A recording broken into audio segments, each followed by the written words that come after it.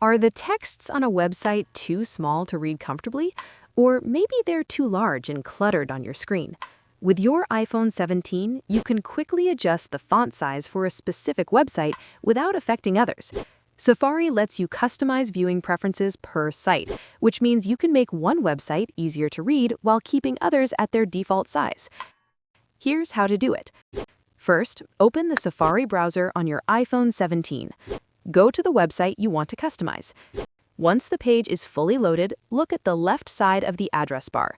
Tap the Page Settings icon there to open the Quick menu. In the menu, you'll see two letter A icons, a small a and a big A. To reduce the text size, tap the small a. To make the text larger and easier to read, tap the big A. You can tap either option multiple times until the font size feels just right. The adjustment applies to that specific website. If you want to switch between mobile and desktop views, tap the three dots next to the big A. This opens the full page menu.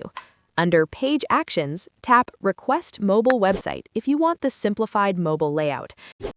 If you prefer a full desktop-style layout, return to the page menu and tap Request Desktop Website instead.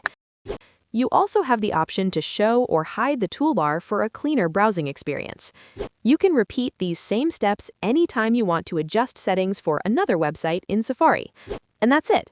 If this video helps you make reading websites more comfortable on your iPhone 17, give it a like and check out our other videos to discover more useful features you can use every day.